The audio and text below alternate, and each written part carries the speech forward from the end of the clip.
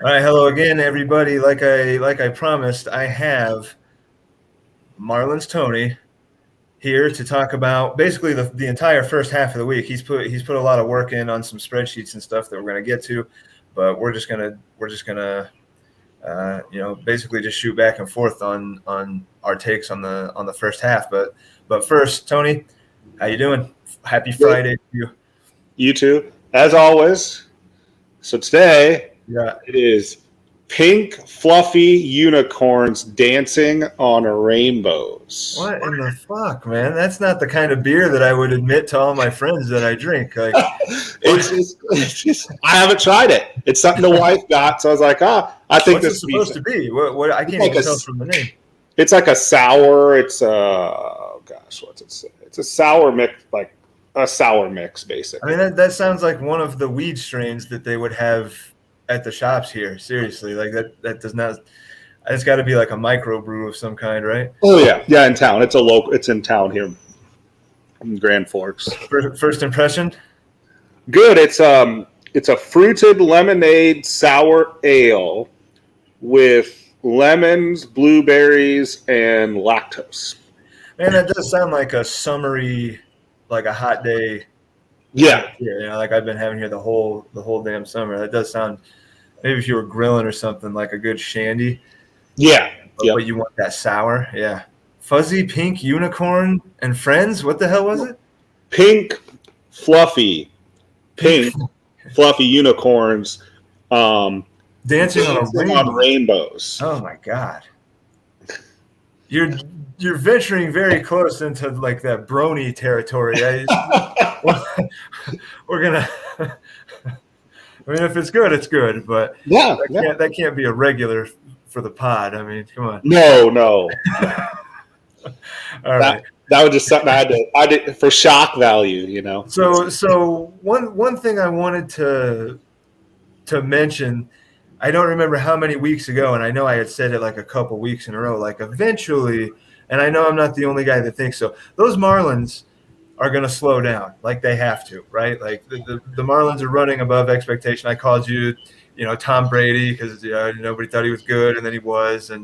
But the Marlins, they really have not. And you and Adam are one of the more interesting, like, divisional fights going right now that I think that in the preseason nobody saw coming.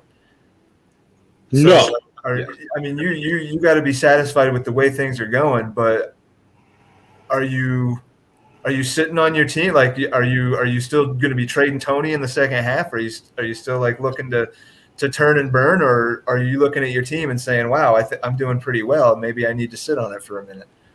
Well, I think it was like last week or the week before, I made I forget which team that just pretty much was dumping. They had like Justice Sheffield for like 28 and Chad Cole for like 16 or something like that.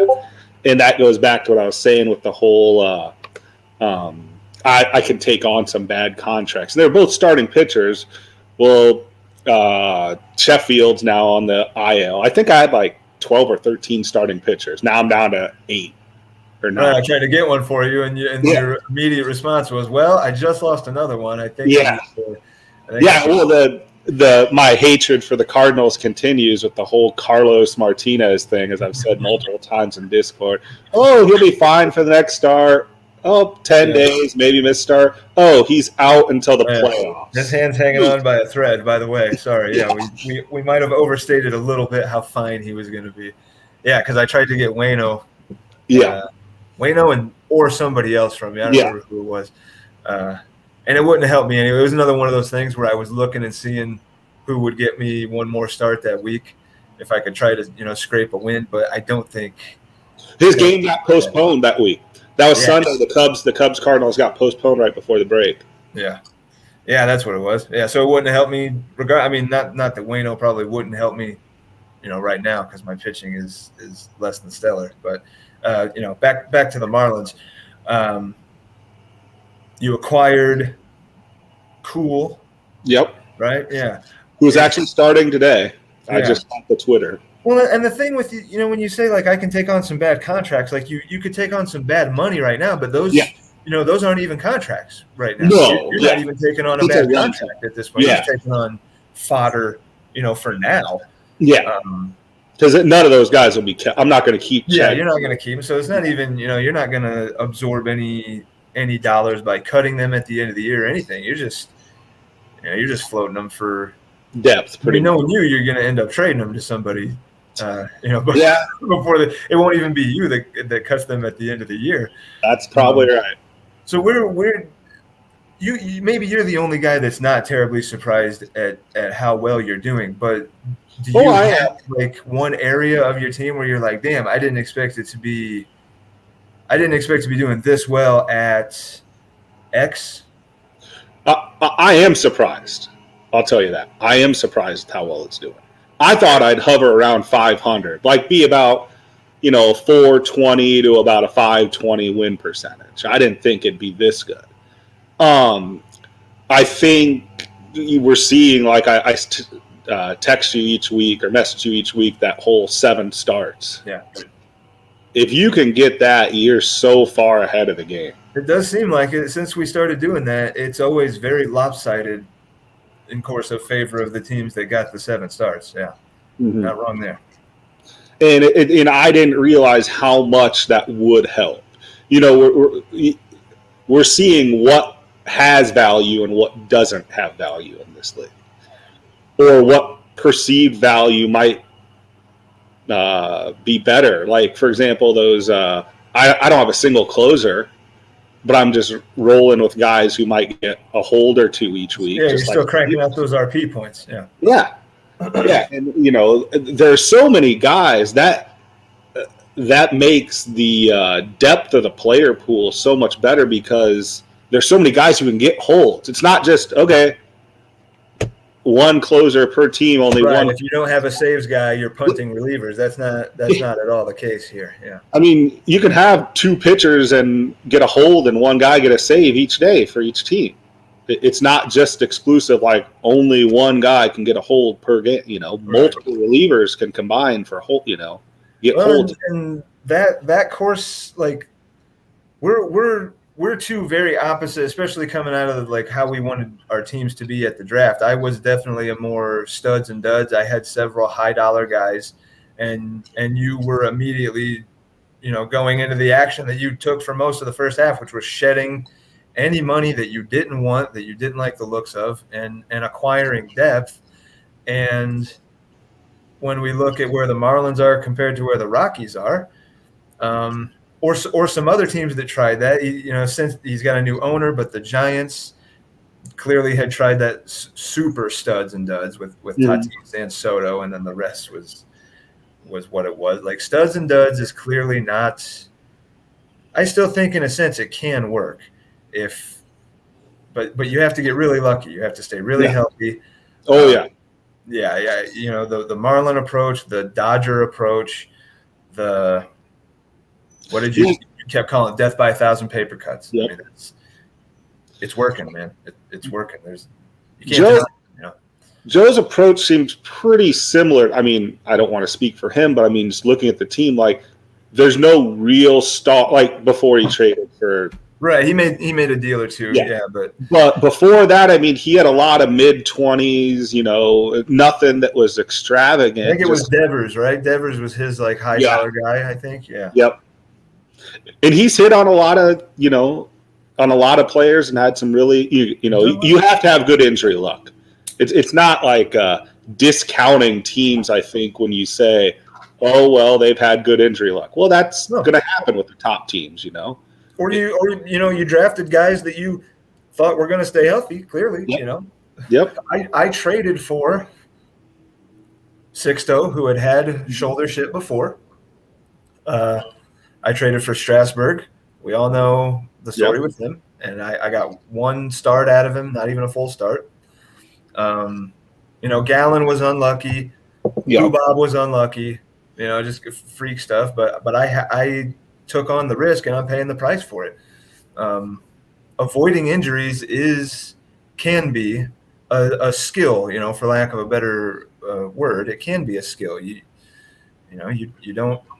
don't want to inherit that risk, and you don't. And so, it doesn't smack you that hard when these guys go down. That's the reality of it. Uh, let's take a quick look at just the standings. Okay. Let's take a quick look at the first half standings before we jump into the stuff that you put together for us. There we go. I'm sure people can probably see that. So, of course, the most impressive looking, at least on its face, the Tigers, 36-3. But that division is very tough. The White Sox and the Twins, both 28-11. It seems like the Tigers and the White Sox are always going back and forth. I know I've read their names off on the list. The slim win or loss list. They've beaten each other up. Mostly the Tigers beating the Sox. Clearly, they only have 3 losses, but the Royals can be tough. They were top 5 point per game in Week 14, and the Indians. We don't have any winless teams. The Cleveland Mark did get the W. He's 1-39. We all know he's rebuilding. Any no real surprises right there for you? I mean, nothing too crazy in the AL Central. No. Yeah. No, it's kind of funny though. We'll look at it later. Like the Central in each league. 3 teams, 3 teams right there, and the one that I didn't necessarily expect would have been probably the Cubs. Mm-hmm. And I've been critical of a couple of Frank Steele's, not like terribly so, but where I wasn't quite sure that he was getting the better end of it. But man, just like the Marlins, just like the fucking Angels, the Cubs proving me wrong. Clearly I'm not as smart as I think I am when I say this shit, because I just keep getting proved wrong. And then not only am I proved wrong about that stuff, but my own team is not doing very well.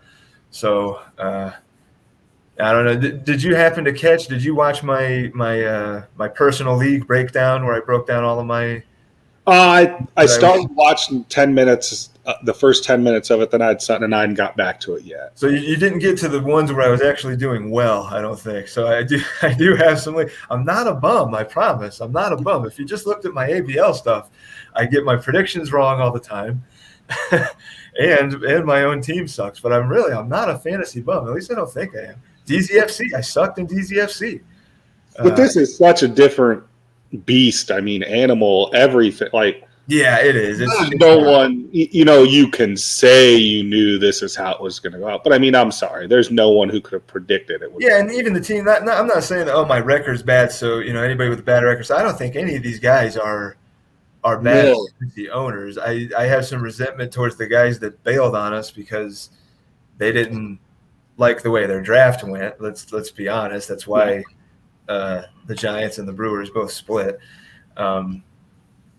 Again, kudos to the guys that took those teams on. So a thing to mention in a first half review is we've lost 2 owners, and we've had 2 guys pick up the slack. Both teams been performing better, especially the Brewers been performing much better since Zach took over. The Giants, had to go in a different direction and clearly had to cut the dead weight of the Tatis and Soto money, but got good returns on them, and has been, of course, way more active than the Giants were previously. So I was just thinking, while you were saying that, I was just looking, there's these 10 teams on the screen right here. Records aren't reflective of the knowledge of all of them. I think I have probably engaged in trade talks with almost all of them. Every single person who I've engaged in trade talks with, they're all knowledgeable. Like, they have what their vision is and what they want and how they value players. Now, is it the same way I value players? No, of course not, because everyone has things differently. But they're committed to it. Like Frank was committed to what he wants to do. Well, we all jumped into a 30-team league. Obviously we're all fantasy baseball guys. Like, you don't jump into a 30-team dynasty, and it's not necessarily a cheap one. No, you don't jump into that without knowing what you're doing when it comes to fantasy baseball. But like the Giants and the Brewers former owner, they really messed up their drafts, and instead of stick it out, instead of play it through, they both bailed. And you look at a team like the Indians who are 1-39. That looks terrible, but he has had a little bit of bad luck. And he's had some guys not hit. $25 Joe Adele. That's a stinger. Like when you're getting nothing out of him. Well, look at his draft picks. I don't know if you've looked at that. Keep going. Yeah. Look at that. It's like he's got his. So he's got the number. Well, I mean, not the number one. It's a lottery, but he's got his. And the Nationals. The Nats. So those he's are got two lottery first rounders coming up next year. And he's got 3 first rounders in 23, and he's already got 2 in 24. So you're hoping in 24 when you have 2 first rounders, you're hoping that maybe one of those in 22 is starting to emerge as somebody that is going to help you in the big leagues. Yeah. And then he's still got first rounders years after that. So he has set himself up. He sold off his assets, and you can see, at least in the picks there, what the return has been for some of them. And he's got – it's not a team without talent, No. He's got Dominguez. I'm a big fan of Robert Hassel. Alec Thomas is a big-time prospect. Kierstad is a big-time prospect. Zach Veen, Brandon Davis. Yeah. I've said how high I am on him. He's got Tyler Soderstrom, top 100 prospect. I mean, this team could turn around pretty quick. It looks bad now, but clearly he knows what he's doing and trying to set himself up for the future. This is not a guy that just an outside observer can look and see that he's 1-39 and be like, oh, well, that guy bailed on his team. No, yeah. No, he didn't. He saw that this year was clearly not going to work for him. And I will say, how many first-round picks, potential lottery picks he has now. He is very responsive on Discord. Sure. He has not he will get back to you within a day easily. Mm-hmm. And he's very open and willing to do any type of trade talks. Yeah, he's not in the banter all the time like the same handful of us are. But I don't really think anybody, except for the Giants. I had reached out to the Giants. Even Rob, before he left the Brewers, was responsive on Discord. Mm-hmm. Everybody else, very, very responsive on Discord. It was the Giants, and I don't think anybody's heard from him since. We don't know what happened to him. I hope I'm not like trashing him and something bad happened, but we haven't heard from him. He was the one guy that I had reached out to that never got back to me. Some guys, of course, are quicker than others. Some guys check it more often. Like I know my dad usually could take potentially days. Yeah. Usually it's easier for people to get at me and say, hey, I sent your dad a trade offer, and then I get at him, and then he gets on there and looks at it. But he's not on there all the time. He didn't.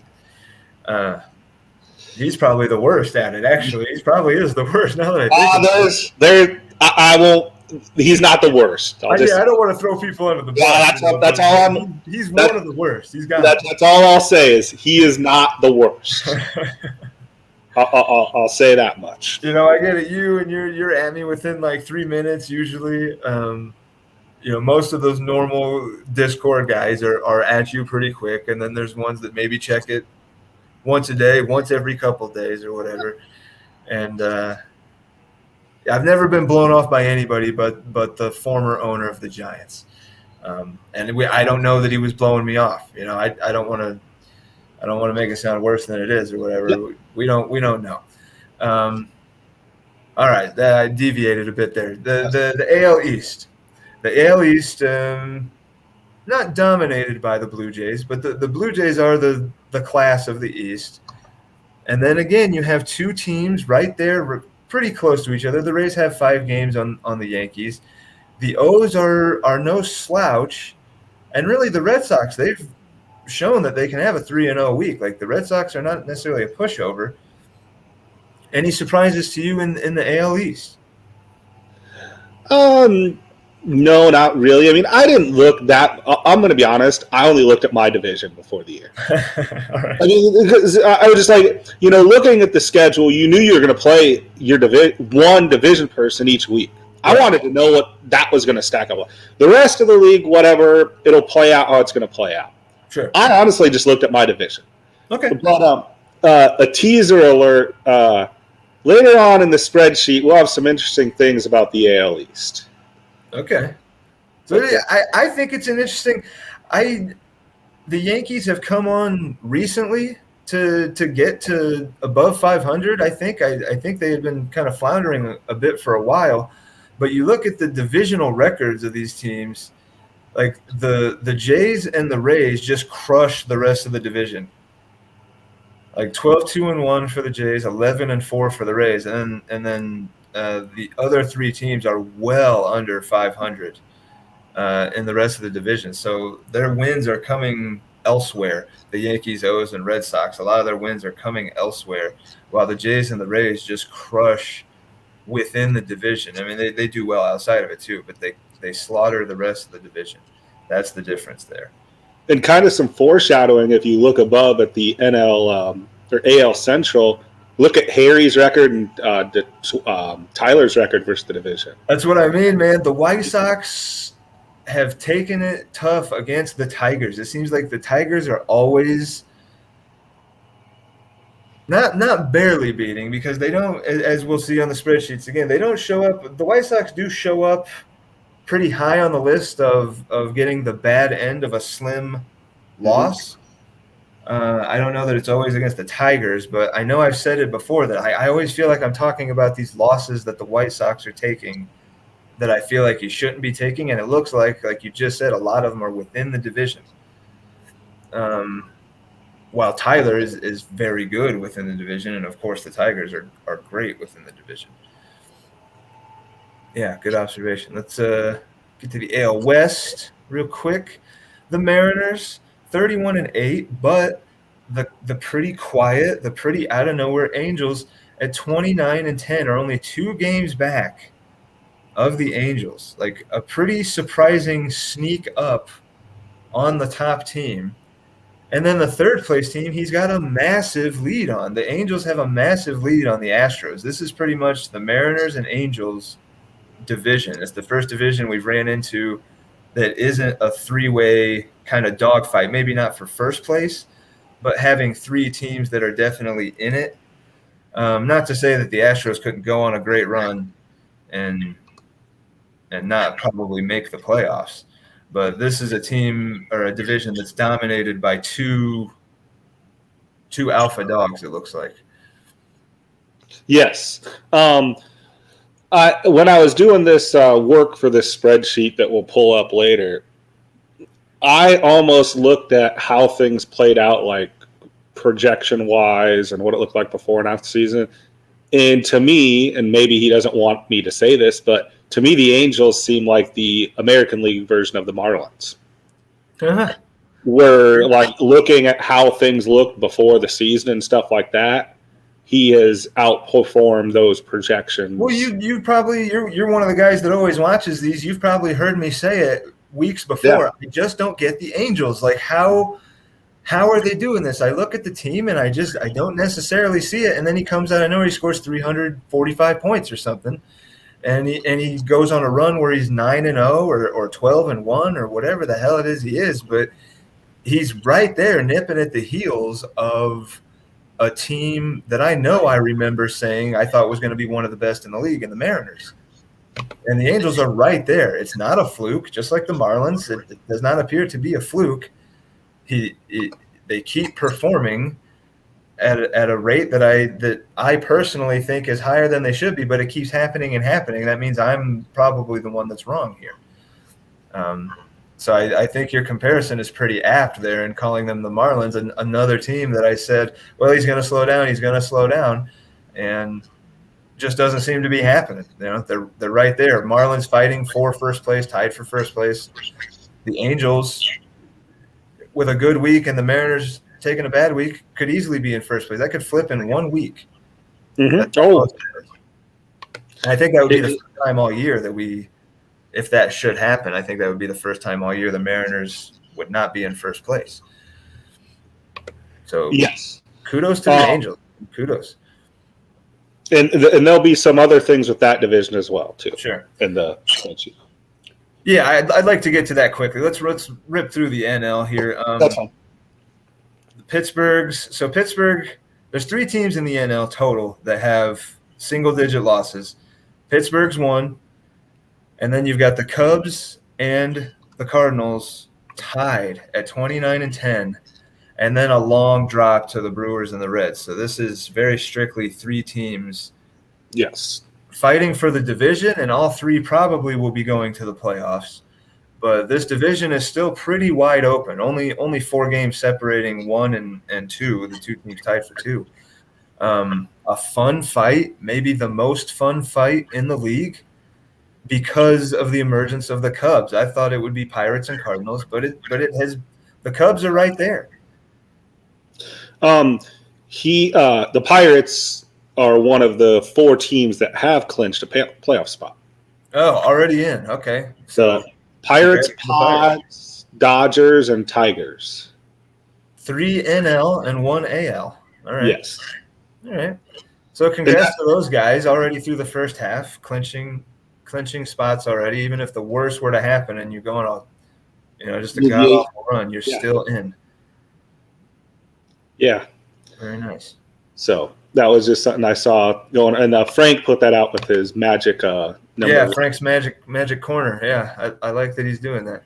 But that's still, all of the division fights are going to be, fun to watch as an outside observer or whatever. It's not fun to get whipped by these guys every week, but the NL is, to me, has the most interest. The NL Central, with the 3 teams. The AL East, or AL Central rather, the AL Central is very close with 3 teams also, but I'm more surprised by the Cubs hanging with the Cardinals and Pirates than I am with like the Twins hanging with the White Sox and Tigers. Mm-hmm. That's not to disparage Frank at all. I just didn't see it coming. When he made a decision to like deal off his starters and focus heavy relievers and stuff, I didn't see that working out. But I'll be damned if it's not the relievers, it's Eric Haas, hitting 7 homers in a week or whatever it is for him. It's just working for him. He scores points and he puts up W's. What more can you say? Yeah, he just does it. NL East, it's the Phillies, and then it's the Mets and Braves that I'm kind of fighting with for that 8 spot in the playoffs. But for the division, it's you and the Phillies, and you pretty consistently have some friendly banter with Adam about the division. You guys have a pizza bet this week. Do you have anything for the division that we don't know about? I'm sure one pizza at a time. I'm very open. I'm a gambler. I'm sure if Adam wants to, I'm not saying I'm not going to call him. I'm just saying I'm sure if he wants to, we could. I'm not going to. Yeah, right. I wouldn't say no to it. Sure. It just makes it more fun and exciting and stuff like that. Is there any surprise to you that it's the Phillies that you're fighting with? No, I had them pegged as the team. Like I knew after the draft, it looked like they were going to be the class of the division, and I knew if I didn't make any moves, the other 4 teams, we were just kind of jumbled. That's how I saw it. I thought I'd be around where they are right now. Oh, you're not. Yeah. You're right there. 1 game behind. I thought you guys were tied. You're 1 game behind. So with a funky week, we could have multiple divisions completely flip-flop who is leading them to open the second half. That's pretty exciting. And we play each other a couple times too. Yeah, definitely. NL West, of course, the Dodgers, the Padres. That's another pretty fun one to look at. I think losing Flaherty has not killed the Padres yet, but he might. I still feel like he might be on a little bit borrowed time, but I've said that weeks ago, and he's still sitting at 31-8. So, and he's 12-3 within the division. Another one of those where the top 2 teams annihilate the division, and the rest of us are just kind of bottom feeders when it comes to the division.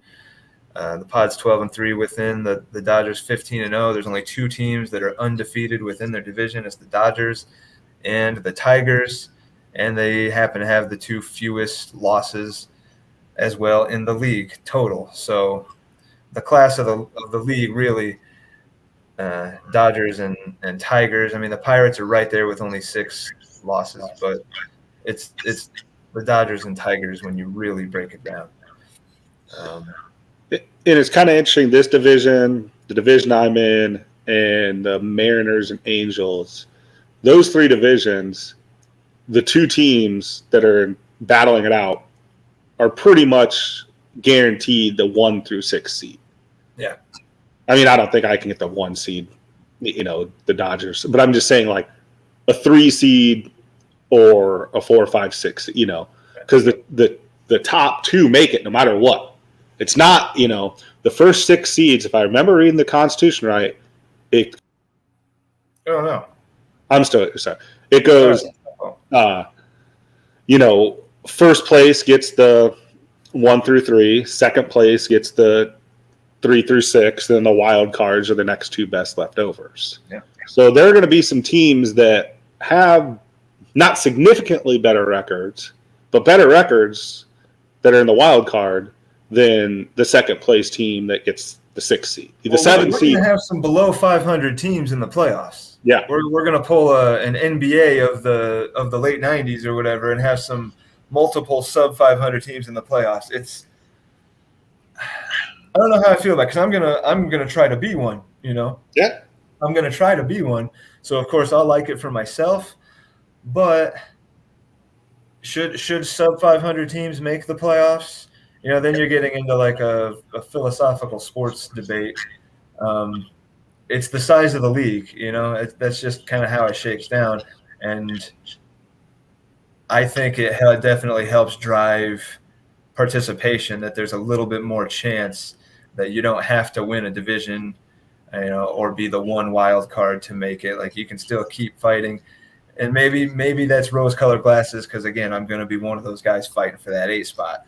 But I know if that keeps me really interested, if that keeps the Braves and the Mets really interested, just off the top of my head, those 3 of us right there, if that takes 3 guys and ropes them in, to a league more than they would be normally if they knew they were out of it, I think that's a win for the league.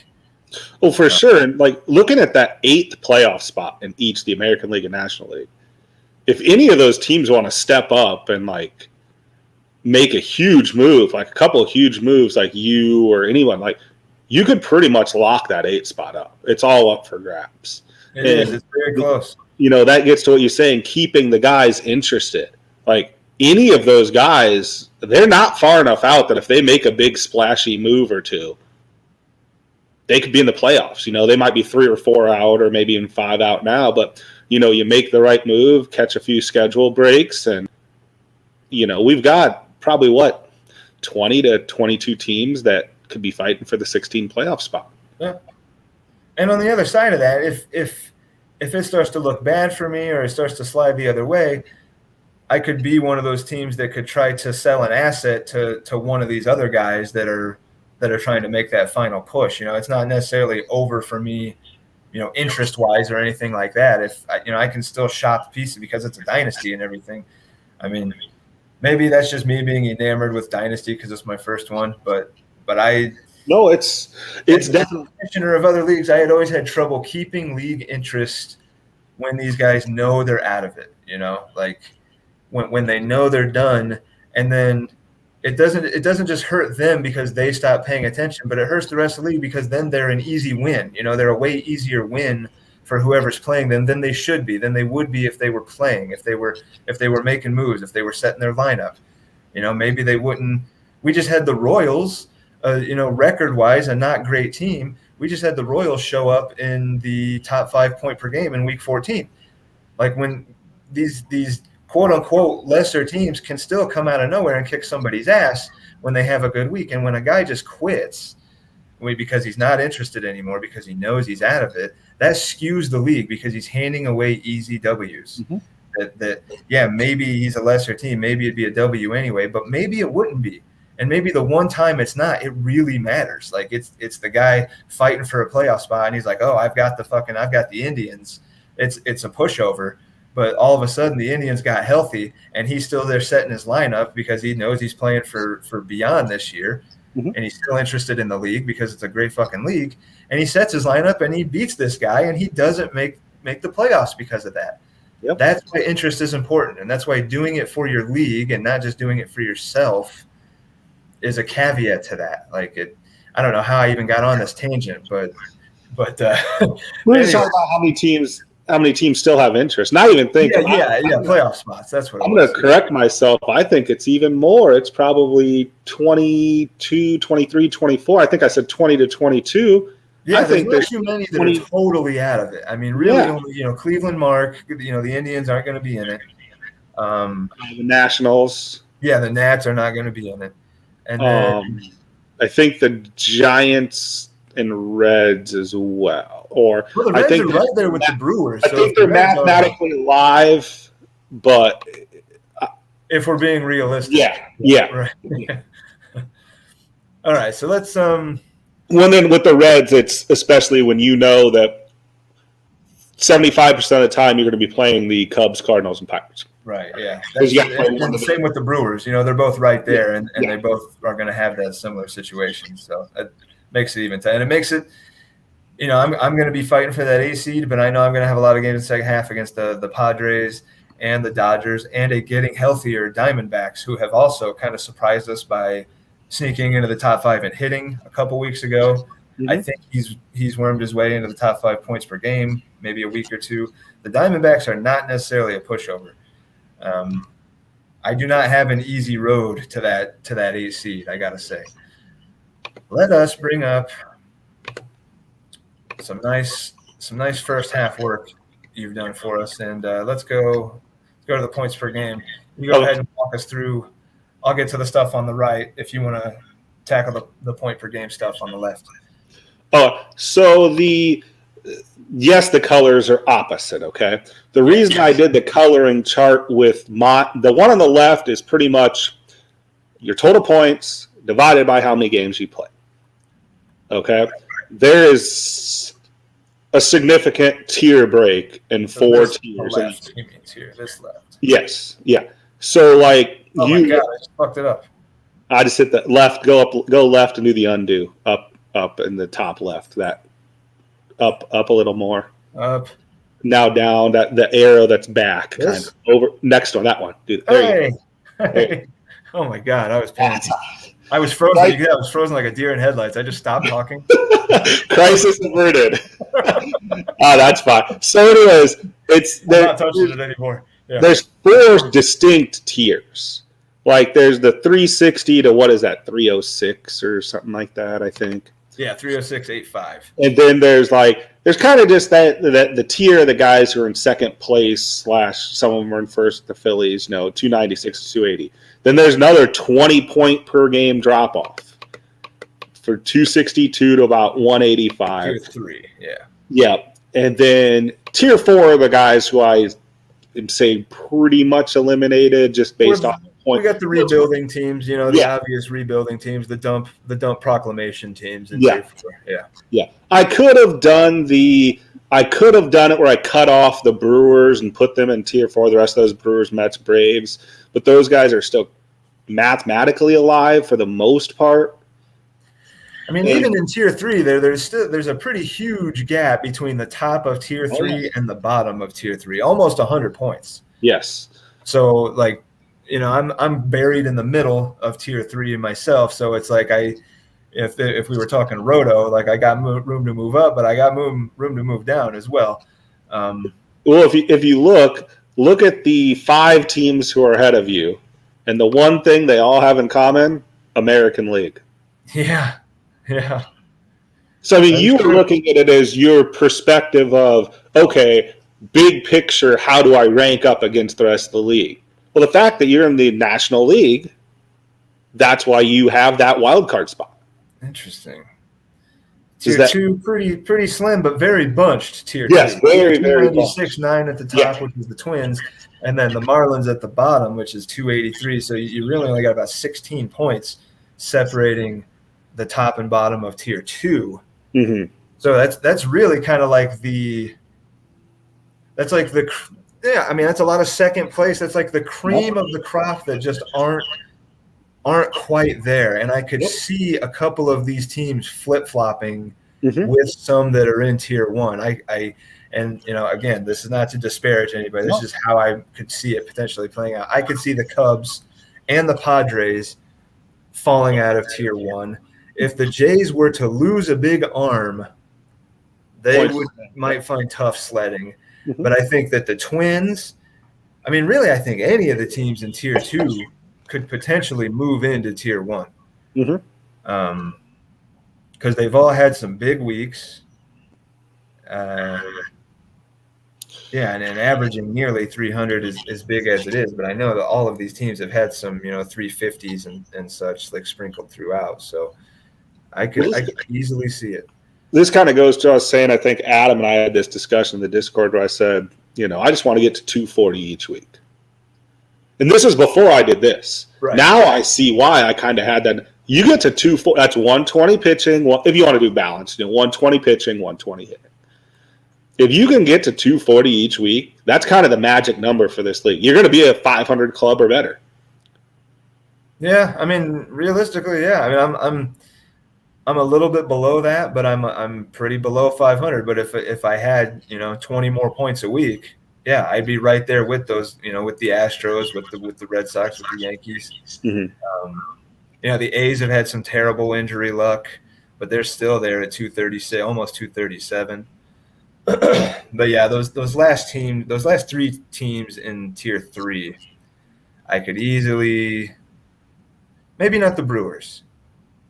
Yeah, maybe not the Braves. I think the Braves got some health stuff too. The Brewers have turned around since the Brewers have really turned around. Well, the coloring, the difference is when we get to another tab, I have the green and the red matchups. Right, so when I'm breaking down the strength of schedule on that other tab, I'm kind of annoying, the neutral cards, the yellow and the grays I'm ignoring, the reds and the greens, because there's distinct tier breaks there between the red and the yellow and even the bottom of the gray. Definitely after the yellow, there definitely is. And then the right side is the traditional power rankings we're used to, where we have the green, yellow, red. The Tyler power rankings. The Tyler power rankings. So if you just wanted to see what how the power rankings would stack up, with fantasy points per game, that's what I did there. And it runs pretty. The first few days you have like strength schedule factored into the power ranking stuff, so it puts the Cardinals a bit above the Tigers, even though the Tigers average 5 more points a week. But the top 5, top 6 are pretty in sync. Nobody out of line. The Rays would actually be in the top 10 of the power rankings, but they're down in tier 2 of the point per game. So that means they've had some tough scheduling probably. Could mean a few things, but yeah, very cool. And did you want to go over your part while on this tab then? Yeah, sure. Well, just quickly, it's just kind of an amalgamation of the stuff that I typically go over in the weekly recaps. These are when you see the big margin with the G, that's good. G stands for good. That means they won the big margin appearance on the list. The B is bad, and that means they lost the big margin or the small margin. So the most times appearing on the big margin list, which goes to the Dodgers, which not a huge surprise. They've been on that list 13 times, and we do top 5. But I know like week 1, I think maybe I only did top 3 because I kind of felt bad. Yeah, you did. It was the first 2 weeks because I went back. And I did weird odd numbers, and then I just kind of said, well, if I'm going to do it, let's do top 5 just because. But so it won't be even. There won't necessarily be like 70 or 71 or whatever each. It'll be like whatever. But the Cardinals, number 2, have shown up 10 times. The Sox have shown up 7. And then there's a couple teams, the Pirates and Tigers, have both shown up 6 times. The M's at 5. The Twins and Rays have shown up 4 each. The Jays and Padres at 3. The Cubs, Marlins, and Phillies have all been on there twice, and the Angels, weirdly enough, have only been on the good end of a big margin once.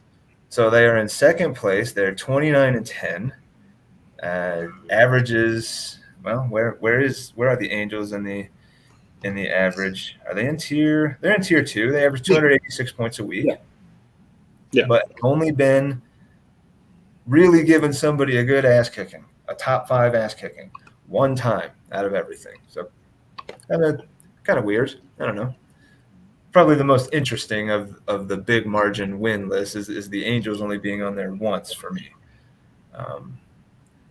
You and the Phillies both been on there twice. Yeah, a lot of teams you would expect to see, especially up at the top. A lot of high scoring teams. And I think, let me just look at that. All of those teams are in really good position for the playoffs. Yeah, there's no pretenders on that list at all. Yeah, there's absolutely no really mid or lower tier teams that kind of out of nowhere had a great week and really stomped somebody. That's what we're seeing there. It's very consistent. It's the most consistent list. It has the least diversity and tied for the heaviest up top, but that 13 is tied with the Indians being on the bad side of the big margins. So you have the Indians at 13, the Nats at 10.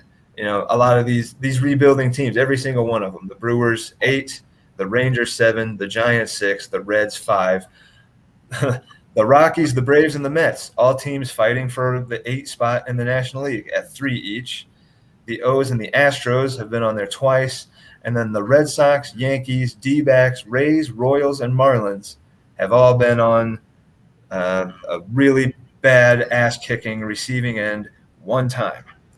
So maybe I think that was when you played the Dodgers, I think. When he had a particularly heavy week, a 400-something point week, and you had still scored well over 2. Yeah.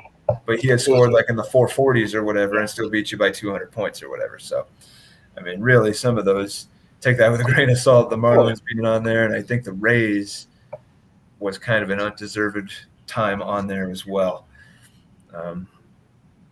Not a big deal either way, but still, take it for what it's worth.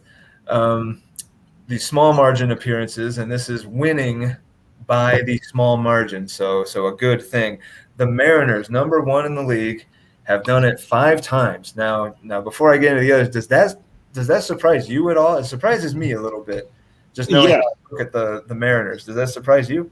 Yes, just because I remember the early season podcast with Seth with how vocal he was about he's playing for this year. He's all like, it's even in his, for people who still hopefully check his trade block. Yeah. Like he is the only person still, I think, to provide their personal cell phone number. Like that's how he is in. He's like, here is my number. You hit me up, whatever I'm doing, I'll stop. Discord, cell phone, pigeon carrier, I'm sure. Whatever, Yeah, that's true. Whatever, and I'm not saying that in a bad way at all, but I mean that just shows you that's dedication. He's ready, Yeah. And it's surprising. I mean, he's a high scoring team. He's consistently in the top 5 pitching. He's spent a lot of money. He's up near his I think he's up near his cap ceiling. I don't want to say he definitely is, but I think the old cap ceiling. But yeah, sure, yeah, okay, yeah, I know what you mean. Yeah, right, yeah, pre dissolving of the glass ceiling. But yeah, just surprised me to see the Mariners. Really, it surprised me to see one team. There was one team that had more than everybody else, even if it's only one, which it is. But all the teams behind them have 4. But it did surprise me to see that it was the Mariners. That, I mean, could you use that as a if you were going to needle him, if you're going to needle Seth, you can say, well, you've just been super lucky. You have 5 wins. But I mean, realistically, look at it. He has 5 wins in the top 5 of the slimmest margins that's throughout the season, and he's got a 2-game lead for the division on the Angels. So if even a couple of those slim wins swing the other way, Seth is either tied for first place or in second place. Well, now look at just one notch below. One notch below is the Angels, right?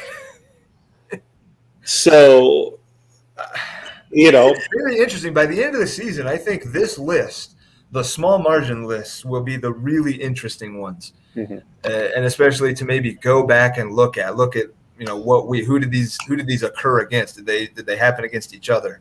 Well, and I'm on that list as well with 4.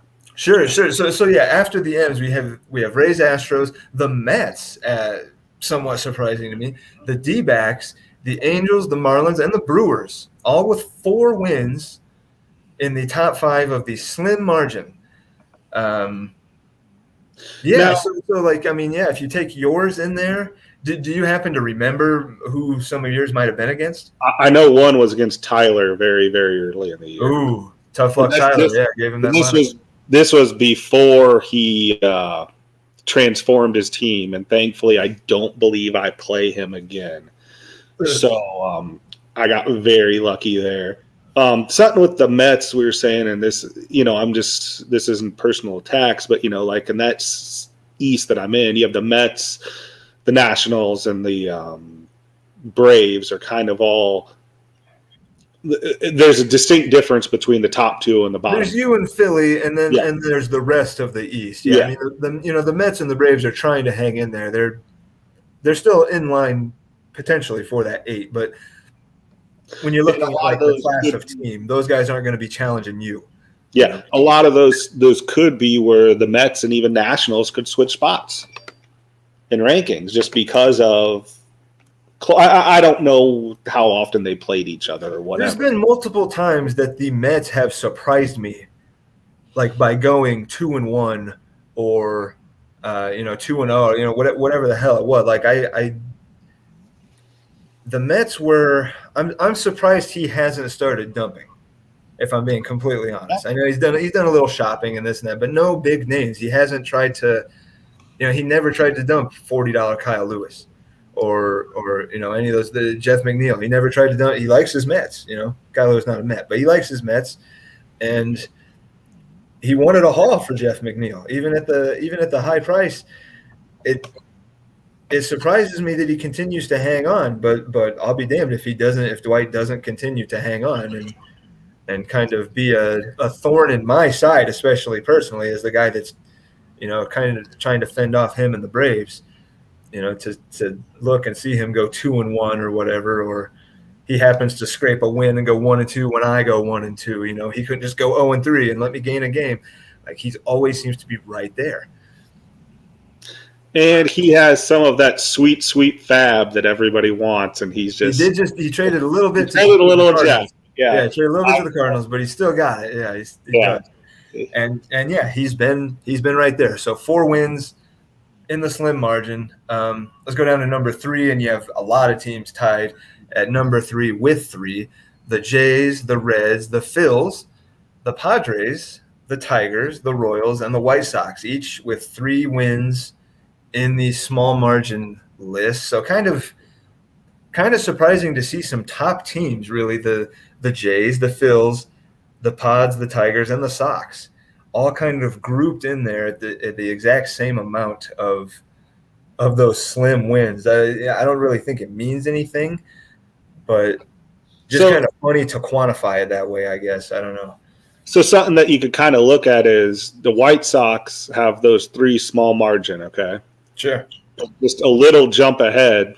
The Twins have 5 small margin. Small margin losses, yeah. The White Sox have 5 small margin losses.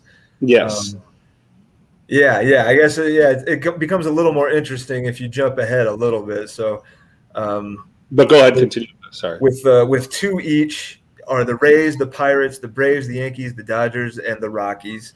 So, we've done it a couple of times, and then several teams have shown up there once, and it's kind of some top and some bottom. You got the Cards, you got the Nats, the Giants, the O's, the Indians. Their 1 win, they're 1-39, and their 1 win was a slim one, it seems. The Red Sox, the Twins, and the Cubs. So the Cubs only doing it once. So the Cubs are, what were they, 29-10, them and the Cardinals both? The Well, I Cubs got 29 wins and only one of them coming, 29. in the top 5 of the slim ones. So somewhat impressive. Same with the Twins, same with the Cards. These teams that have cranked out a lot of wins, you might expect them almost by happenstance to show up on that list more than once, but they haven't. Mm-hmm. Um, and you know what? When we get to the next one, I actually have something really interesting for the small margin losses. More interesting than the Razor.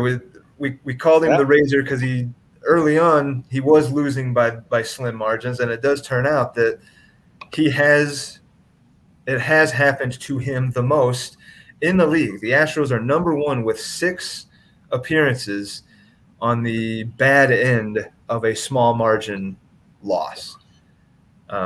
There are 3 teams under him that have done it 5, but Ray distinguishes himself from the rest of the league, and the Astros have had that happen 6 times. So when you look at the Astros record, where are the Astros? Let's see. They're right there in tier 3 point wise. They're in their tier 2 power ranking wise. You don't necessarily have to take all 6 of those and turn them into wins for the Astros to look quite a bit different than they look now. He's 15-24. If you take half of those, make him 18-21, and coming into the second half, his team does look that much better. It's that much separated from Oakland, a little bit closer to the Angels, and maybe a couple of those were to the Angels. I don't really know. There are some teams that have propensities to play close matchups because if you look at the Mariners, they're first in small margin, but they're also second in small margin of defeat. Yeah, and oh yeah, just looking at the Astros, if there's 6 losses by a small, and then combine that with the 5 wins. The Angels, the Angels or the M's. The Angels have 4 slim wins. The M's have 5 slim wins.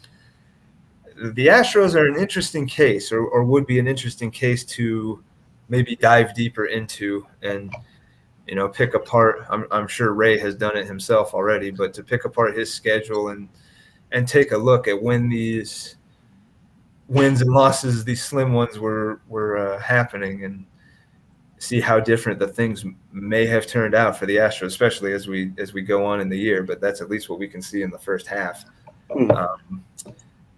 And then, like we said, after him, we've got the M's, the Twins, and the White Sox. So three upper echelon teams have all had 5 appearances on the bad small margin list. That is rough. I know we had coined, tough luck Tyler, but I don't know if I think about the Mets, and I'm the one reading it off every week, or the Mets, the M's. Thinking about the M's showing up. I know I've mentioned it about the White Sox. I know I've mentioned it about the Twins. I know I've mentioned about the Astros, but the Mariners, I don't know. They don't stick in my mind when I think about that, but the proof is in the numbers. Mm-hmm.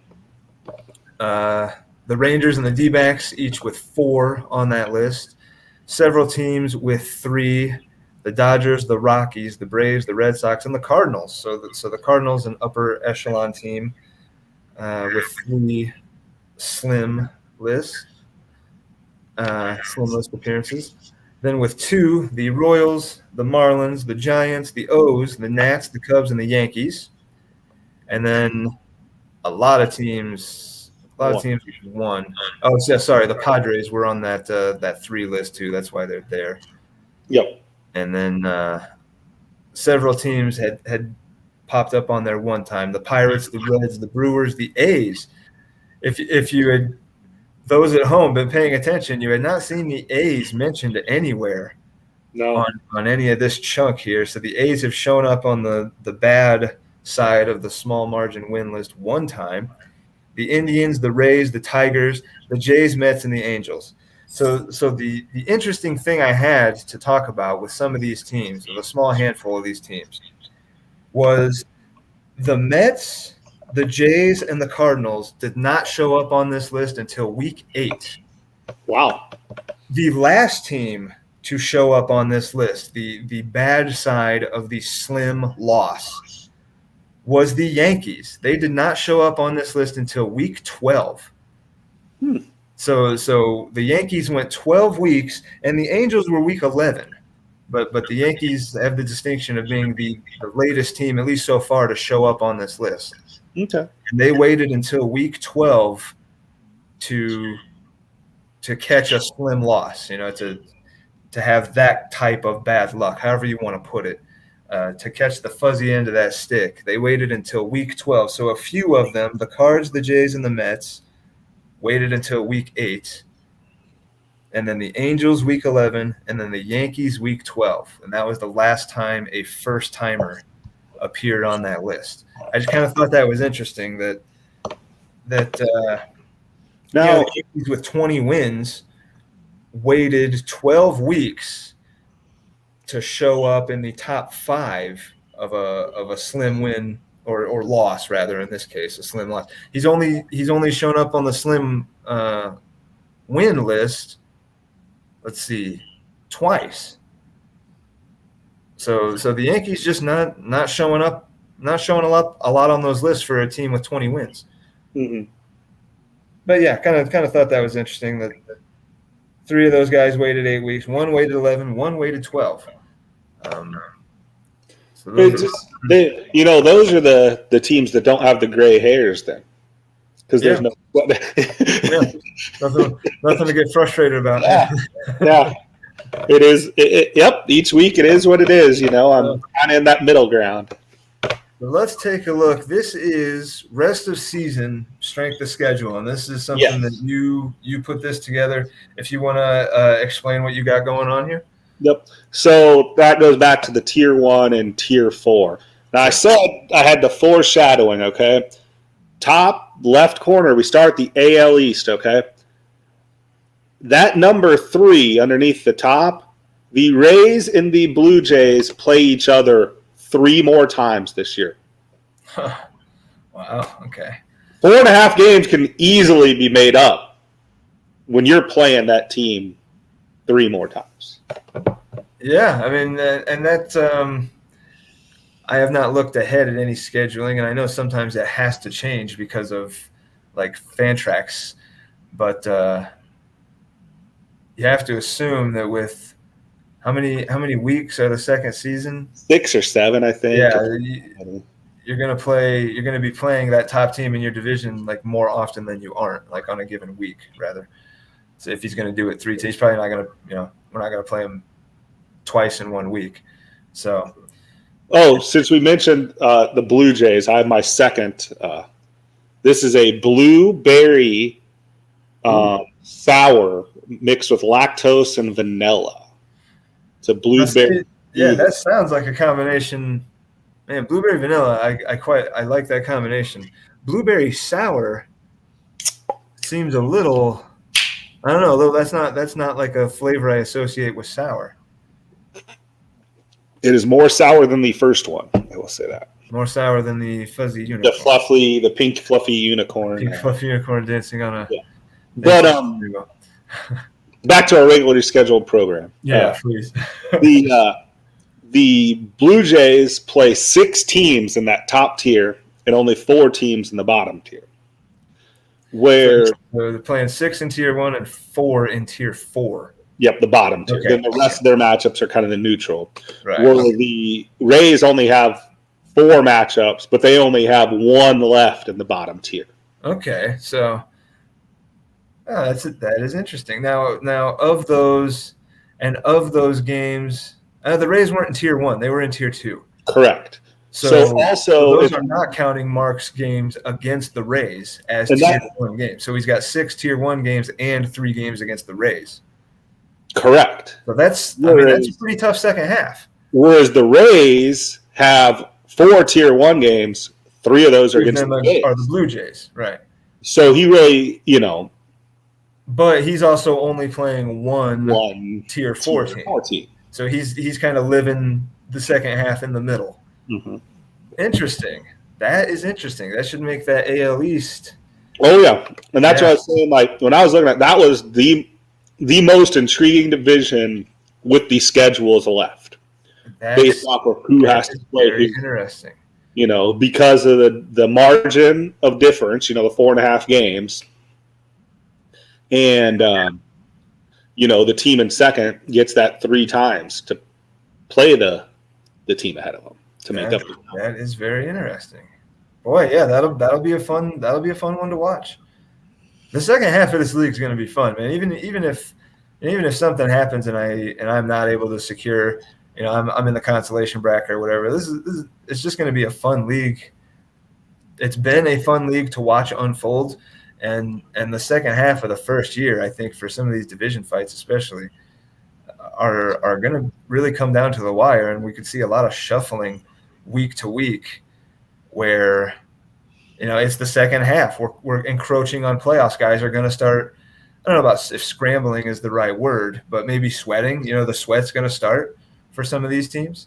Guys that they have a playoff spot locked up, but there's going to be legit division fights in almost every division of this league.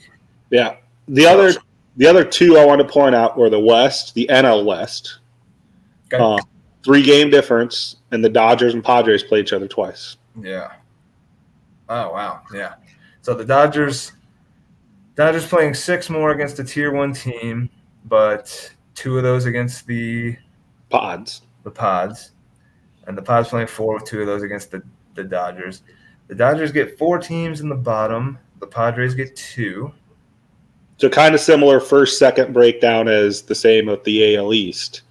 Boy, Frank, look at the poor Cubs.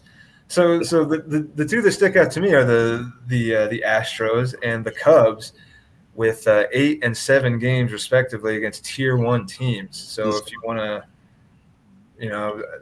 ouch scheduling or whatever, but the Rays at least get the Astros at least get 5 games against bottom tier teams, and the Cubs are going to get 4.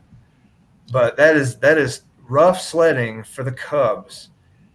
8 games against Tier 1 teams, and that's Tier 1, as it is right now. That's without any shuffling or anything. And then the other one was your Rockies and the Diamondbacks. You guys play each other 3 times. Wow. Yeah. And there's the Diamondbacks are not anywhere out of a wild card spot. That is going to be vicious games he and I play against each other, trying to not miss the playoffs in the first year of the ABL.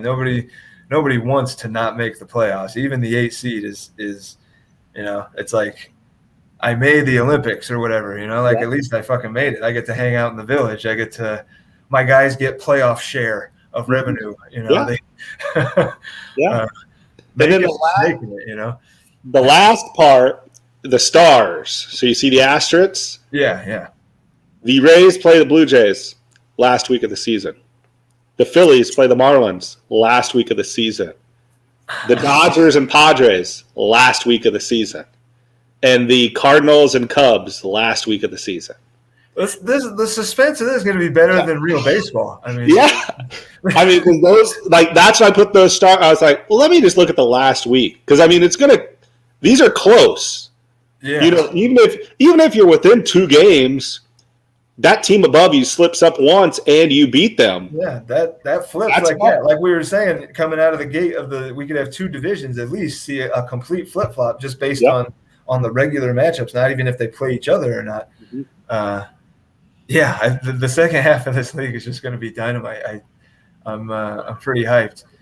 And let's see if I want to. This is really the first deep look I'm taking this to see if I want to pick out anything else that I find. I just noticed I forgot to put the Tigers games. That's the only one I missed. But I thought you just didn't do that because he was so fucking good. Yeah, I just overlooked it. It just doesn't matter. Yeah. Let's look at. You've also done rest of season Fantrax projections. So if you go into Fantrax, now this changed overnight, and I'm guessing it changed overnight because some teams finally set their lineups. Okay. Oh yeah, probably had to be taking that into account. So these numbers are as of 10 a.m. Central Standard Time. Okay. Let me So blow this one up a little bit. Yep, look. There we go. This would be their record by Fantrax projections. Okay. This would be at the end of the season. End of the season. This is what Fantrax says their record's going to be. So the record end of the season, but the X's that are there now, those are teams that have now today, Clinched. July 16th, clinched playoff spots. Yes. Okay, cool. Yes. So yeah, because I went with what is the X is playoff, Y is division, and Right, Z. yeah. Classic newspaper. Yeah, so I tried to do the newspaper. Yeah. So then you've got, win-loss, obviously, games back. Now, if you look at the fourth, that'd be the fourth or fifth, whatever it is, that is what the projections were for the power rankings. So if you scroll up a little, see how it says PR projections. PR projection, yeah. So I don't know if those are based off of beginning of the year or what, because they're saying the Blue Jays would finish 14th overall. The Rays would finish 6th. I think that was beginning of year. Okay, so that's just kind of interesting to see. That's what I was going to also point out was I think those are beginning of the year. Because it's got the Rangers at 20th. Like that couldn't be like last week or anything. Correct. So this just kind of shows where they were projected to finish. Right. And where they actually finished. And then the next column is the playoff seed if it played true to form of projections. If these records Correct. came to fruition, you have the Rockies would have the 8th seed with, let's see, consolation 1 being the Royals. Yep. Yeah, very interesting stuff. So and then D-backs kind of fallen off a little bit, and not because right now they're kind of hanging with me. It's got the Rockies having them by 5 games. It doesn't think much of the Reds and Brewers. Nope. The Fantrax projections. It's got the Braves picking up a couple. It's got the Mets pulling 1 game ahead of the D-backs by the end of the year. Mm-hmm. But still, going to the consolation bracket. It pegs the Phillies to win the NL East, and it's got the Phillies pulling ahead of you by quite a bit. Yeah. Of course, Fantrax doesn't, realize that you are Tradin Tony, and that your team is not going to look like what it looks like right now. Or the other thing is it doesn't also account daily moves where I have just like what the thing looked like. The day that you were looking at pictures and stuff like that. Right. It actually surprisingly has the Angels pulling ahead of the Mariners by 3 games. Yeah. It does not think much of the Astros. Nope. Rest of season. And then go ahead, sorry. No, I'm kind of just talking out loud. It's pretty interesting. It doesn't seem to think much of the Twins. It's got both the Tigers and the White Sox pulling away from the Twins. The Twins, of course, but only grabbing the 7 seed. So that's because just because the way the settings are, where I said you got the 3rd place team. So they have the Yankees as the 8th seed in the AL. And if I was saying so right now, that makes the 8th seed in the AL quite a bit better than the 8th seed in the NL. If this were to play out, I think the Yankees are better than my Rockies. At least right now, maybe if I got healthy or something. But just as it looks, the AL would be a little bit stronger, at least at the bottom.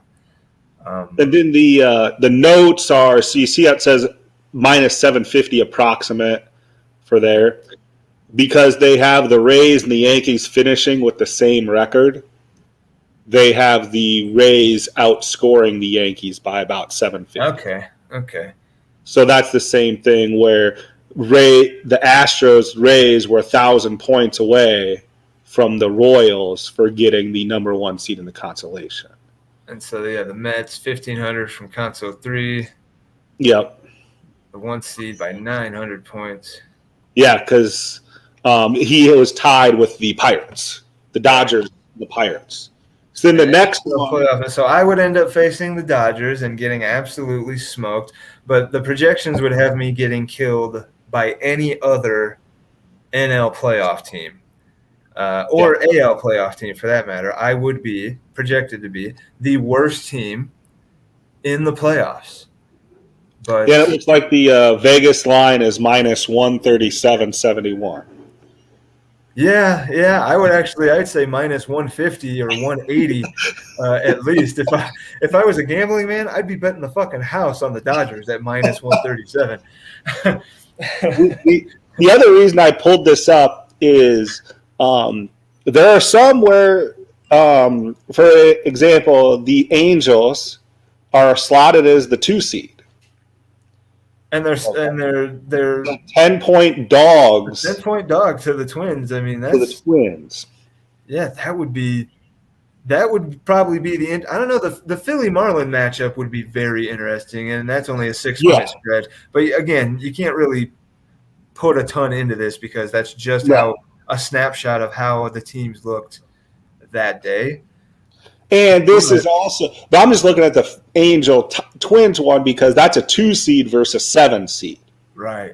And I think the Twins, calling the Twins a 7 seed, I mean, I know that's factually what they would be, but like, it's like Gonzaga being a 15 or something, it's like, it just doesn't make sense. The Twins are a powerhouse.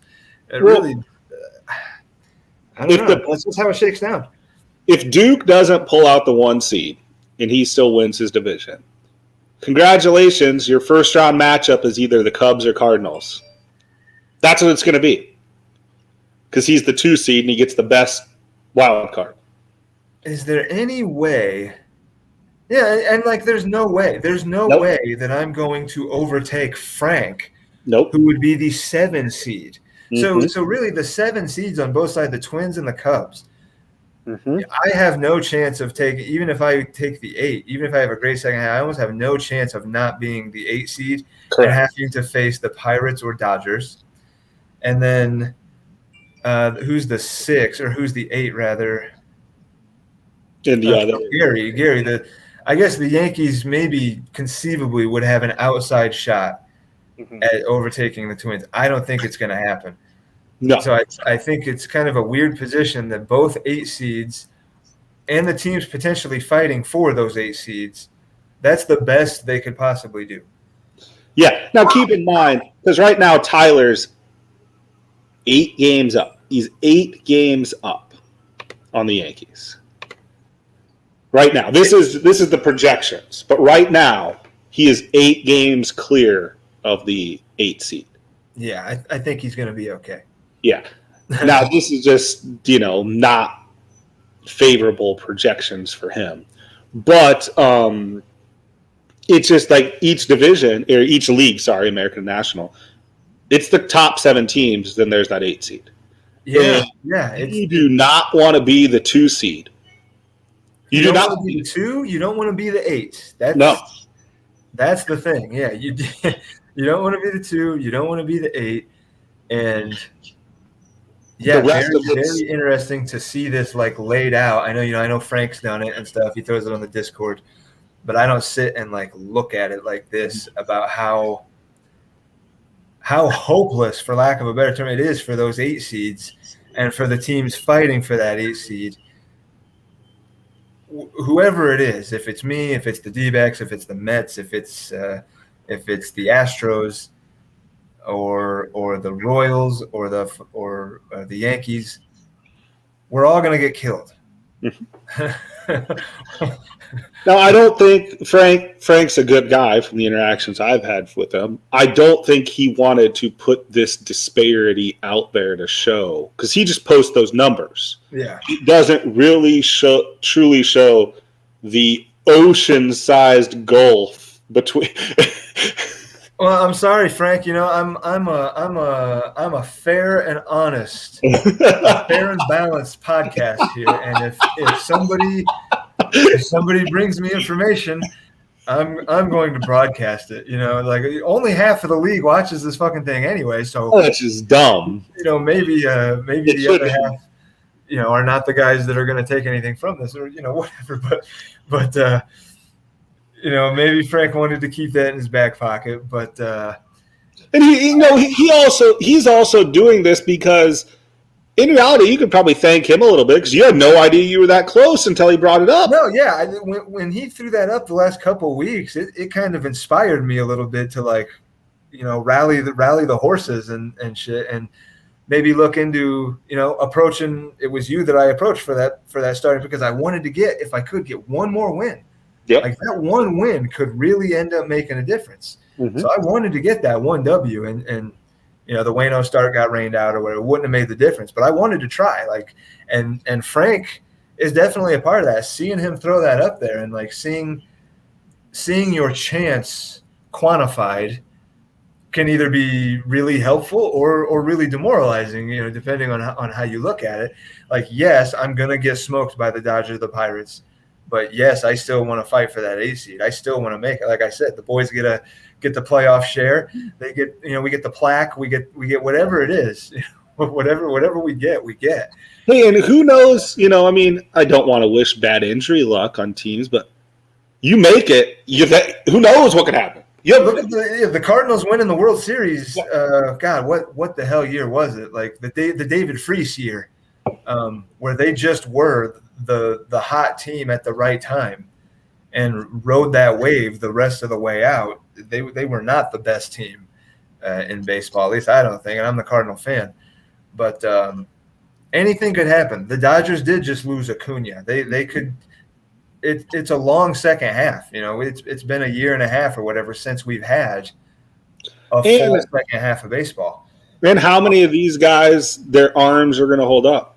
They haven't pitched this many innings. Yeah, inning stuff is going to start creeping up. The real dog days of summer are going to hit July, August. It's going to be hot.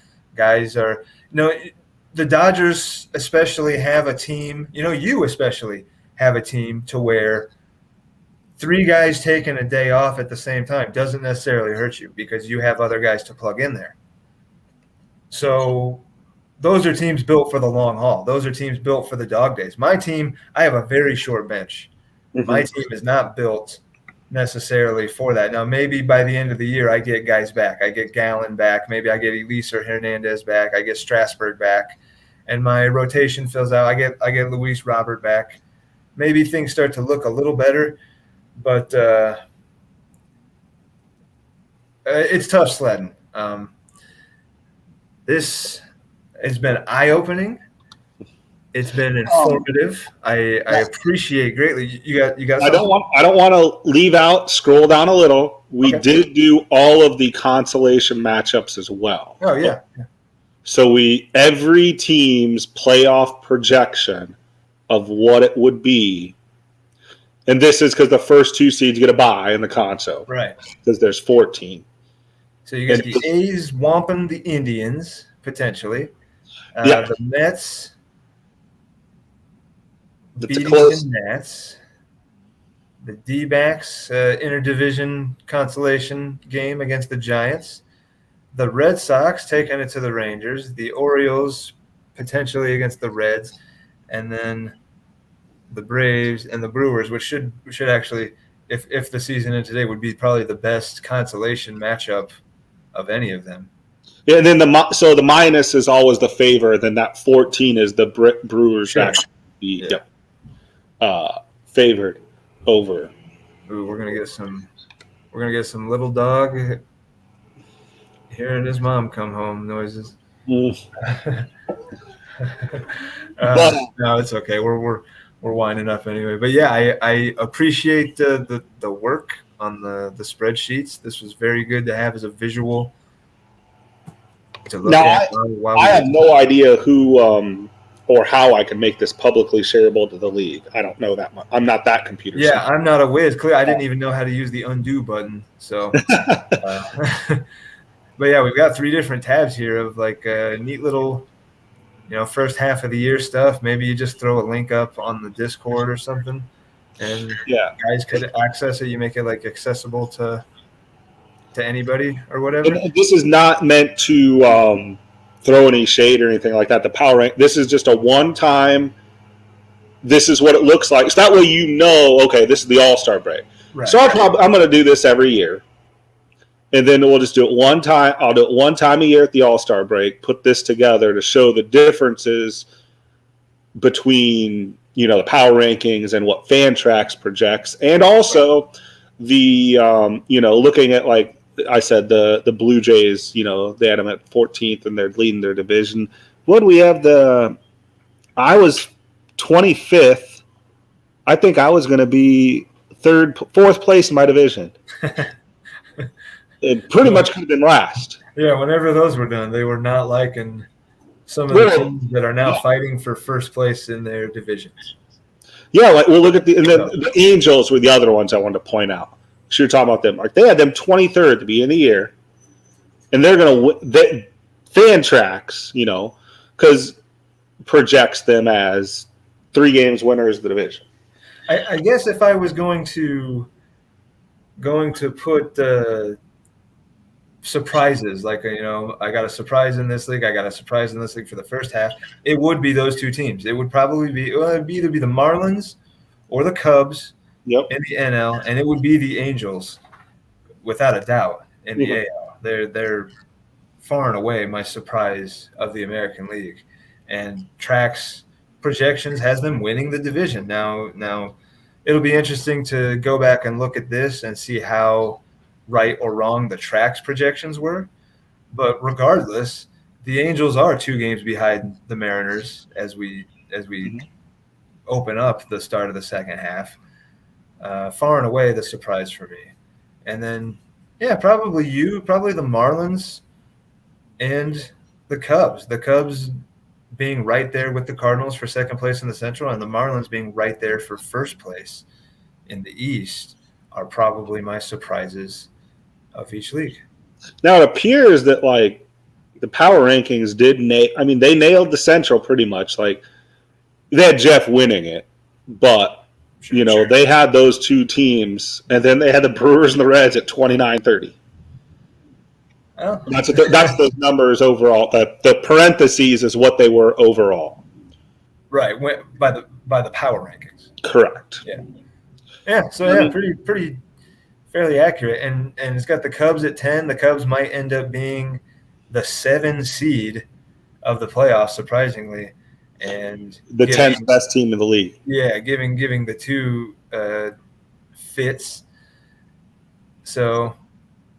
Yeah, very interesting first half, but I think especially as we approach playoff time in the second half, it's just going to get real sweaty, real interesting. Guys coming down to the wire, really trying to figure out what pitchers they want to start that week. Where I think I'm going to be able to scrape a few extra points to get that 1 extra win and maybe take the division. Maybe we have a tie. I mean, there's potential for divisional ties and coming into weird tiebreakers, So now the other nice thing too is, I believe if I remember right, the trade deadline is till the last day of the season. Yeah. There's no August 31st or whatever. No. It's pretty much all the way through. So even teams that are well out of it can still sell assets to teams that not only know that they are going to have a spot, but maybe are looking ahead at who they're going to be playing and saying, hey, this guy gets me 1.5 points per game more than my current right fielder, or, whatever it might be. What about 2-start pitchers for the playoffs? Yeah. Or one step further, this could be the crazy part, because you've mentioned it. Going into that Sunday, Alan, you need an extra start. That last day of the season, you need to win. You need an extra start. Someone's already got 7 starts. So it comes down to it. What price will you pay? What price? I'll put you on the spot. What price will you pay if you know all I need is 1 starting pitcher? That 1 starting pitcher gets me in the playoffs. If I think that it's a guy that will get me enough points to get the W that I need, I'll trade a first-round pick. Yeah. I'll trade. I mean, because all you got to do is get to the show. Once you're in this 8 seed, I want to. I'm making it very well known. I don't care if it's the 8 spot, and I don't care if I'm getting my ass kicked by the Dodgers or the Pirates in the first round. I want to make the playoffs. Yeah. Okay. And if I'm not going to trade, Jaron Duran. No, I know. I'm not. Arm, but I'm not trying. I'm just saying. Any other prospect or a first-round pick, and I'm in the playoffs, sign me up. Yep. Sign me up. It's going to be interesting. And then what happens if you're fight? So say you're the Cardinals and the Cubs. Okay. That's a 2 or no? That's a what would that be? The 6 versus the 7. So do you want the 4 versus the 7? Sorry, or 4 or 5. You either get the 4 or 5 or the 7. There's no difference. If you get the wild card or the second place, the seed for finishing second place. Sorry, that's what I'm trying. The words were struggling. Sorry. So you either get the 4 or 5, especially if it's one win. Especially if it's one win that puts you, and especially in the case of the Cardinals and Cubs, if you look at it right now, it easily could be. They have the same record. Okay. You look at the White Sox and Twins. 1 or 2 wins could separate a big seeding in the playoffs and who you play and how far you go. Just because you're in, just because you have a spot locked up does not mean these guys are going to be done making moves, does not mean they're going to sit on their hands and do nothing just because they're in. I don't think anybody's going to do that unless you can afford to. The Tigers probably can afford to. The Dodgers can probably afford to. Now, there's one thing, if you just give me like 15 seconds. I want to pull this up because I want to see what the price difference was for first and second. So regular season, like winnings wise, you mean? Yeah. So if you win your division, you get $75. Okay. If you get second place, you get $25. Remember, I showed there's the Rays and the Blue Jays play each other last week. $50. One trade for $50. For $50. Adam and I, one trade for $50. $50. And it's not just $50 because it's seeding wins you've accumulated before as well, like during the regular season and where you finish in the playoffs. I guess another thing that's so great about this league is that there's so many ways to make money.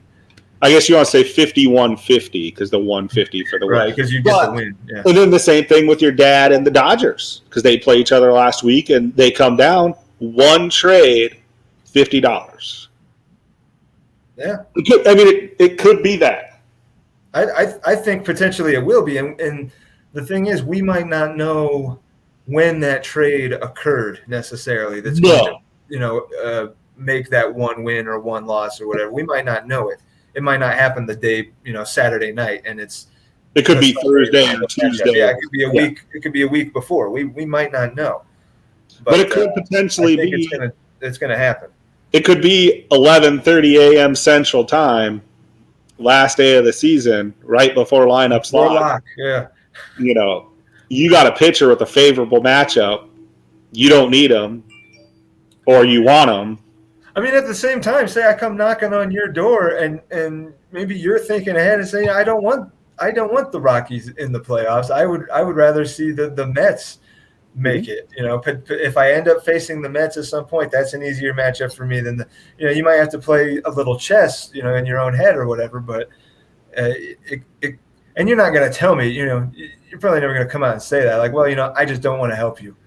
You're to me not the kind of guy that's going to come out and say that. But regardless of whether you say it or not, it very well could factor into whether or not you want to trade a starting pitcher to a guy that you might run into a couple weeks down the road in the playoffs. Mm-hmm. The interdivision trading. Will you be more willing as National League member, like you and I are, to trade away to an American League because you don't see them to the World Series? Right.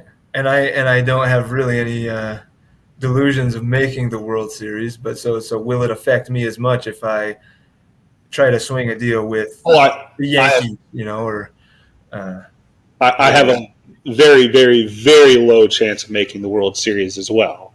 Hey, man, if you talked to me in January or after the draft, I would have said you had a very, very low chance of being where you are right now. That's true. So that's not, of course, that's not to disparage or anything. It's just that's the way the season has shaken out. So you just don't know. You know, we're only at the first half. We have another funky week coming up, kind of like week 1 was this year. The scoring week 1 was. I thought we get 12 starts. Is that a fact? I have not looked. I believe it's a fact. I can look right now. I know it's like 11 or 12. I thought Duke said 12 in the Discord. But, for me, I don't have – it's 11. It's 11. Is it 11? Yeah. Okay. I'm not going to run into that issue. I'm not one of those teams that's going to have that issue. So, to me, I just grind as many as I can. And more often than not, man, you know who has sucked ass since you traded him to me is Brad Keller. He has been awful. Actually, I don't want to needle, but Sixto has been worse since I traded him to you. I'm getting Keller's at least got positive points. And I don't think I'm going to find anybody to take Sixto in a deal. I don't think anybody's going to keep him for 38 next year. I'm going to end up with an albatross around my neck in the form of Sixto Sanchez. But thankfully, he's not under contract. No, yeah. But, that's a bit of a stinger. A lot of the trades I've made have not worked out. Eliser, not worked out. Sixto, not worked out. Strass, not worked out. Rich Hill worked out pretty good. So far, 3 of those 4 I think he got from me. Were with you. Yeah, a lot of the trades I've made with you specifically have not worked out for me. So maybe there's something in the water in Miami. I don't know what's going on down there. You trade me these guys, and then they fall apart. It's going to be interesting to see now that people know the long-term effects the salary plus what wins this league. Like, we can look at roster construction and know after year 1 what's going to make it competitive. We still haven't encountered contracts yet, though. That's going to be the off season when guys have to put in their contracts, and that 2 years from now, this guy's going to cost this much. Right now, we don't know that. We know how much they cost now. We know how much they might cost next year if this guy keeps them but we don't know yet. We know what inflation will be, but a lot of these guys are going to go back into the auction pool. And teams like the Marlins and teams with money are going to step up and kind of dominate the auction. But the real question will be, and I can ask you specifically, I'll put you on the spot. If you see when you see Tatis and Soto and these really high caliber players that are going to be out there, we know they're going to be out there. Are you going to go the extra mile on them in year 2? Not necessarily the $75, I'm only going to keep the guy for the 1 year.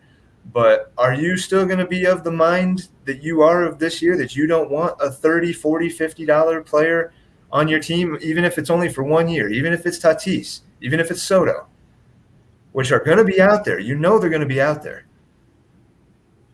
And if you don't want to disclose this right now, that's totally fine. I will.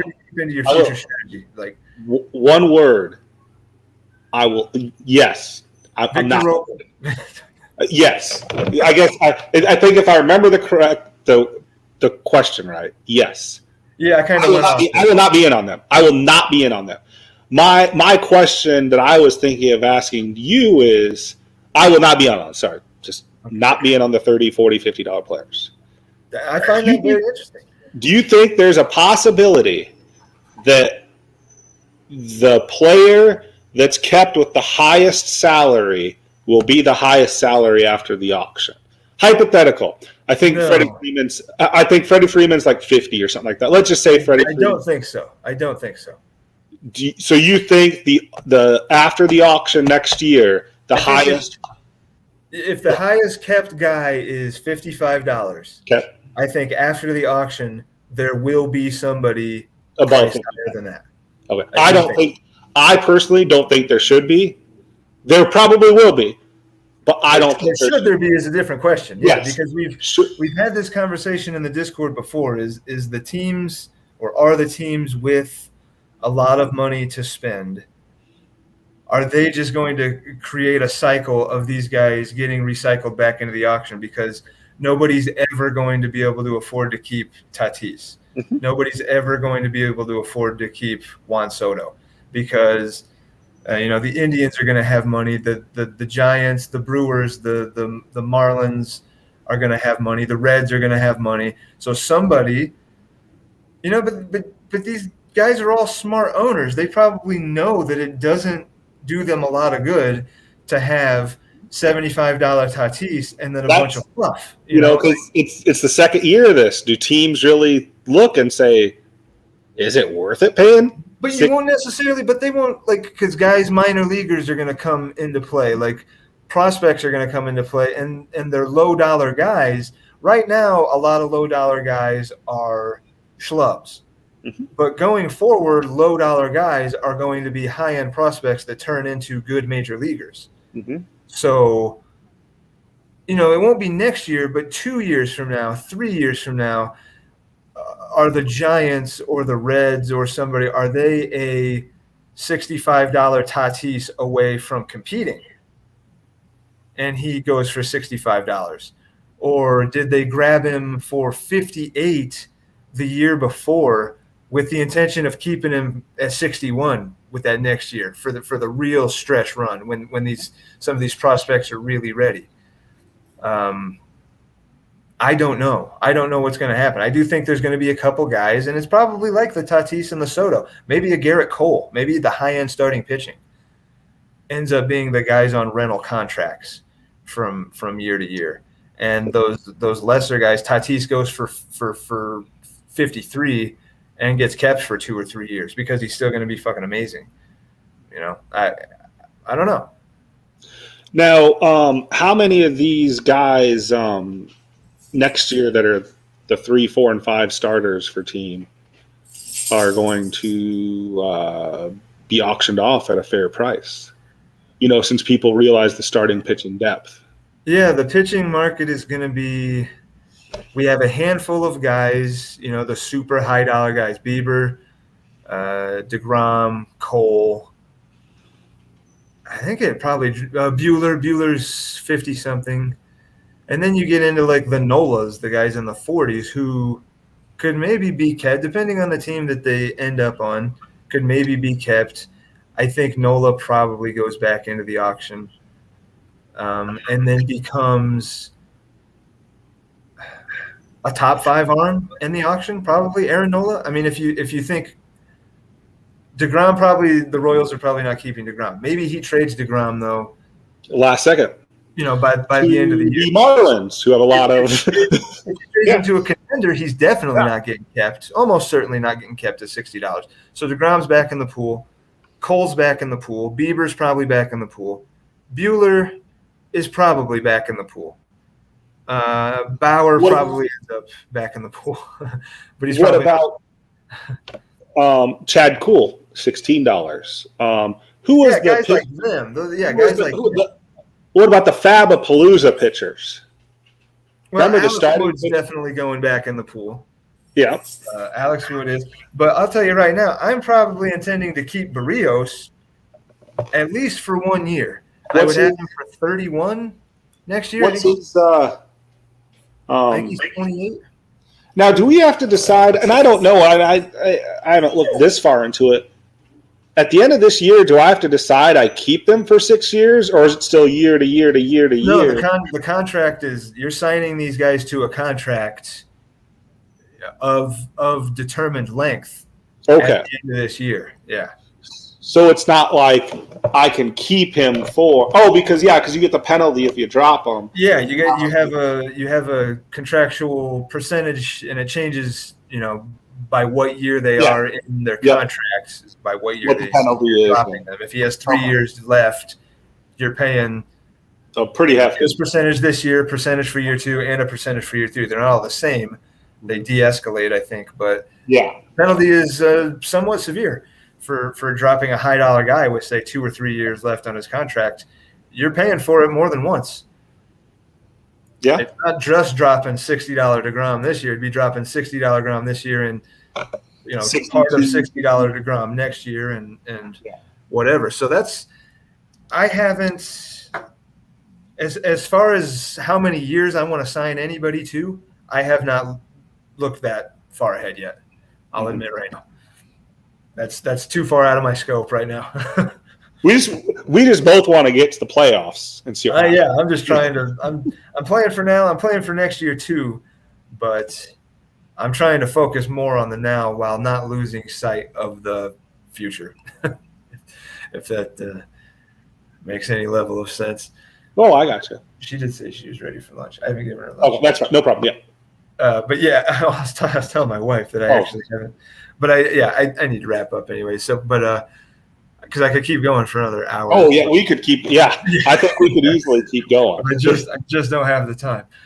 So, Marlins, Tony, thanks again for taking the time out of your day, for the work you put in, and thank you, Tyler, for the power rankings every week. Some stuff that we took from the power rankings here today. Thanks, Frank, for doing the Frank's magic number corner.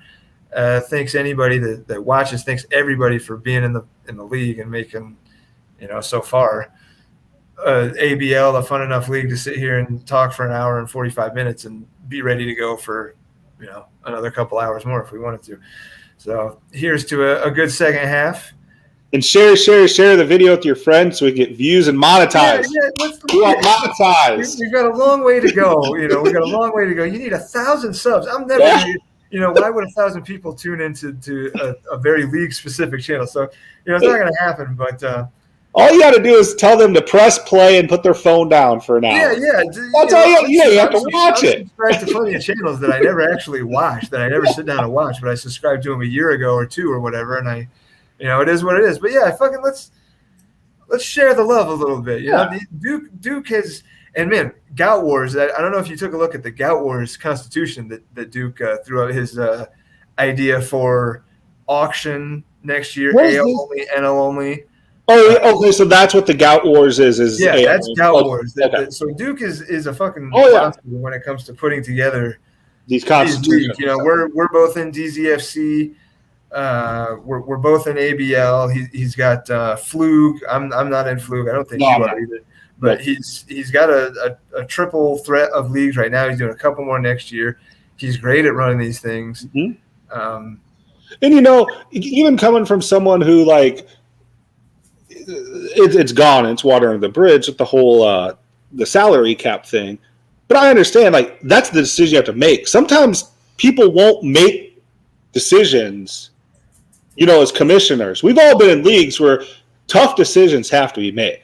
Yeah, some people a limp-wristed commissioner. No, and he's not scared sometimes you want an iron hand. Yep. And with 29 other voices, there's 6 of us on the EC or whatever. But to be honest, on this one, Duke pretty much took the reins and said, here's what I need to do. He listened to all sides. He took tidbits from Blue Jays Mark. He took tidbits from me and you and from Dodger Joe. He was talking to Lenny and Sam and Jeff on the EC.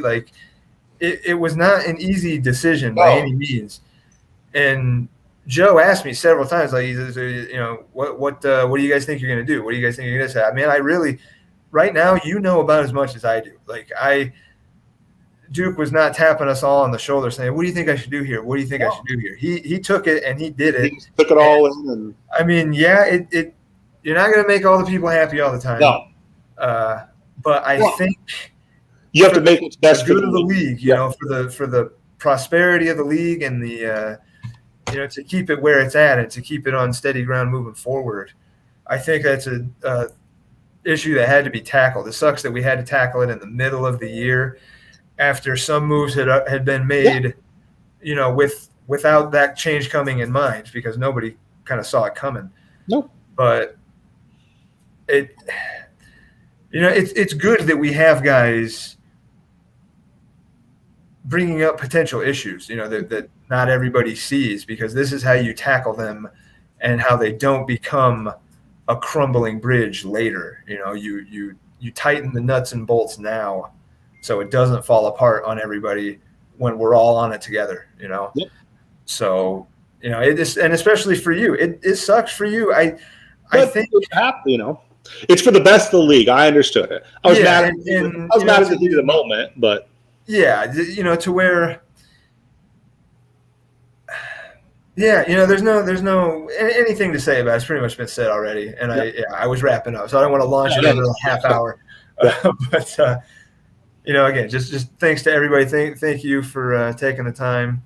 We'll do this again pretty soon, and good luck on beating the Phillies. I guess good. I wish you guys both good luck. It's not like I'm rooting for somebody over the other. It's going to be a great fight for me to watch, no matter what. Same thing with you and the Diamondbacks. Yeah, I'm going to be squaring off with the D-backs, the Braves, maybe the Mets. We'll see. It's going to be interesting for most of us. I think for all of us, even the guys out of it, they have lottery picks and stuff to be looking at. It's a great league all the way around. So this is first half breakdown with Marlins Tony. Thanks for watching.